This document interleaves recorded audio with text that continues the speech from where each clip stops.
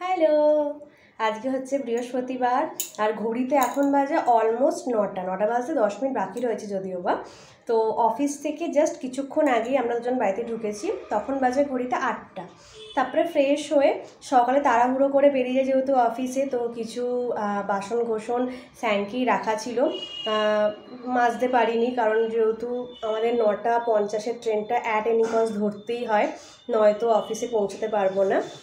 তো সেটা তাড়াতাড়ি করে করতে গিয়ে না এক গাদা বাসন জমে থাকে। তো এই এখন এসে সেগুলো করে ফ্রেশ হয়ে সন্ধে দিয়ে রেডি হয়ে নিয়েছি। যাচ্ছি কোথায়? সেটা হচ্ছে আমার ছোটো ননদের বাড়ি। আমাদের ফ্ল্যাট থেকে আমার ননদের বাড়ি ডিস্টেন্স ওই মিনিট 10-15 হাঁটা পথে। তো আজকে রাতে দুজনের ওইখানে ইনভিটেশন রয়েছে রাত্রিবেলা। তো চলো যা।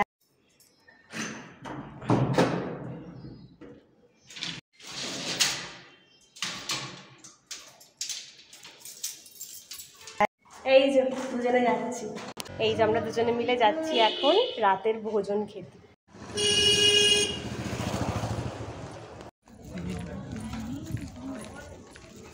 দিদি ছেলের জন্য একটু ক্রিম প্যাটিসটা নিয়ে নিয়েছি এখানে।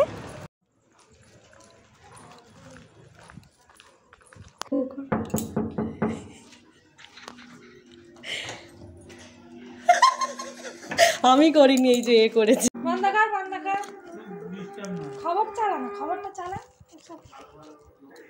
পছন্দ কি বলতো? এটা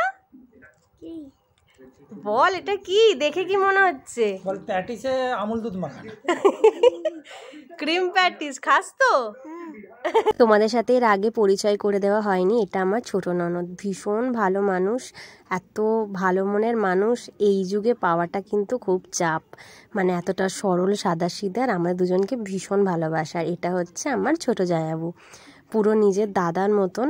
সব বিপদে আপদে ওরা দুজন আমাদের দুজনেরই পাশে থাকে। আর কুচুর একদম মনপসন্দ জিনিস নিয়ে চলে এসেছি, ও খুব হ্যাপি। আর ও তোমাদেরকে বুঝিয়েও দিচ্ছে যে ভীষণ ভালো খেতে প্যাটিসটা। তো যাক, ও খুশি মানেই আমরাও খুশি। তারপরেই ওর খাওয়া দাওয়ার পর ও বসে পড়েছিল আমাকেও ড্রয়িং দেখাতে। ওর হাতের কাজ খুব ভালো।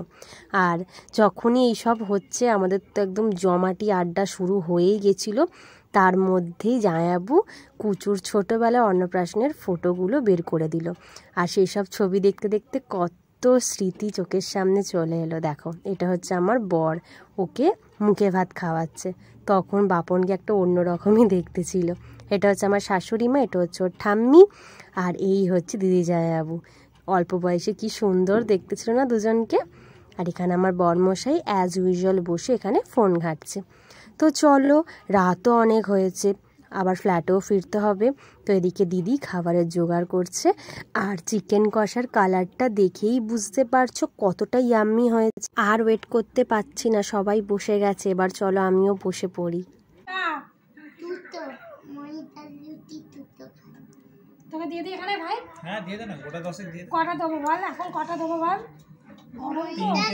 তিনটে দিয়ে এখন পাকা ভাই শক্ত হয়ে যাবে। দিয়ে দেবো, এখানে জল নেই তো না।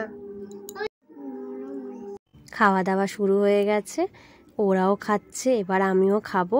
এই সবাই মিলে একসাথে বসে খাওয়ার মজাই আলাদা। দিদি জামাইবাবু বলছিল যে তোমরা আগে খেয়ে নাও, তোমরা যেহেতু অত দূর যাবে, কিন্তু আমিই বললাম যে না, খেলে সবাই একসাথে বসে আড্ডা দিতে খাবো। এখানেই কিন্তু শেষ নয়, লাস্টে ছিল কোল্ড ড্রিঙ্কস, কিন্তু সেটার ভিডিও করা হয়নি কারণ দেরি হয়ে গেছিল, খেয়েই দৌড়েছি। বাজে এখন 11:15, এই জাস্ট 5 মিনিট আগে আমরা বাড়ি এলাম। দিদি আজকে মাংসটা যা বানিয়েছিল একদম ফাটাফাটি হয়েছে, এত সফট আর জুসি, খুব ভালো লেগেছে। তো ওখান থেকে খাওয়া দাওয়া করে বেশি রাত করিনি, জায়াবু আমাদেরকে এখানে ছাড়তে এসেছিল। তো আজকে একটা ছোট্ট ব্লগ করলাম। দিদির বাড়ি থেকে কোনোদিন ব্লগ করা হয়নি, আগেও একদিন নিমন্ত্রণ ছিল, যেহেতু বিয়ের পর খেতে হয়। ব্যাকগ্রাউন্ডের একটু কুকুরের সাউন্ডটা তোমরা ইগনোর করো, কারণ রাত হয়ে গেছে তো কুকুরগুলো এরকমভাবেই চিল্লায়, আর রাস্তায় কাউকে দেখলেই এরকমভাবে চিল্লাতে শুরু করে দেয়। তো যাই হোক, যেই কথাটা না বললেই নয়, যেহেতু তোমাদেরকে প্রথমেই বললাম যে আমাদের ফ্ল্যাটের থেকে দিদিদের বাড়ির ডিস্টেন্স ওই 10-15 মিনিট। তো ম্যাক্সিমাম দিনেই অফিস থেকে এসে মানে আমাকে জায়াবু এরকম ফোন করে যে তুমি আজকে শুধু রুটিটা করে নাও, তরকারিটা দিদি পাঠাচ্ছে। মানে এরকম সপ্তাহে 2-3 দিন তো হয়ই। মানে কি বলবো, এতটা কাছে আছি বলে। আর পুরো নিজের দিদির মতন এতটা ভালোবাসে দিদি জায়াবু দুজনই, মানে পুরো মনে হয় যে আমার করে ছোট বোনের মতন দেখে। আর আমার হাজব্যান্ডকে তো ছেড়েই দাও, ওরা মানে দিদির তো ভাই হয়, জায়াবু পুরো নিজের ভাইয়ের মতনই সবসময় ইয়ার্কি করে, সব কথা শেয়ার করে। তো এইটাই বলার যে থ্যাংক ইউ বলে ছোট করবো না, কিন্তু ছোট দিদি এত আমাদেরকে একদম চোখে চোখে রাখে বলতে পারো। মানে দুদিন ছাড়া ছাড়ে, যেমন কালকে আমি অফিস থেকে আসার সময় ভাবছি, মানে প্রতিদিনই একটা মাথায় চিন্তা থাকে বাড়ি গিয়ে আবার রাতের জন্য কি রান্না করব। আগে যেহেতু এই অভ্যাসগুলো একদমই ছিল না বিয়ের আগে, কিন্তু এখন এগুলো চিন্তা ভাবনা আনতে হয় মাথায়। যখনই আমি অটো করে আসছি ভাবছি যে কী করবো একটুখানি বাড়িতে গিয়ে পারলে ভাত বসিয়ে দেবো, আজকে রুটি করতে ইচ্ছা করছে না। তো হঠাৎই তারপরে জামাইবাবু ফোন করে বললো দিদি আজকে ছোলার ডাল পাঠাচ্ছে, তো তুমি শুধু রুটিটা করে নিও।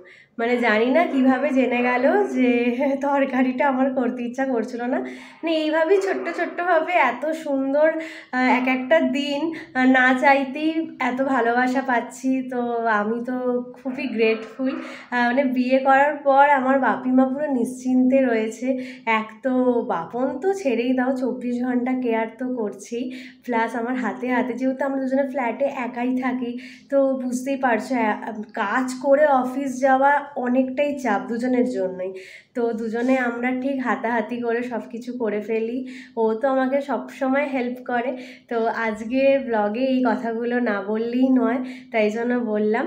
তো কেমন লাগলো ব্লগটা অবশ্যই বলো, ভালো লাগলে লাইক কমেন্ট শেয়ার করে দিও।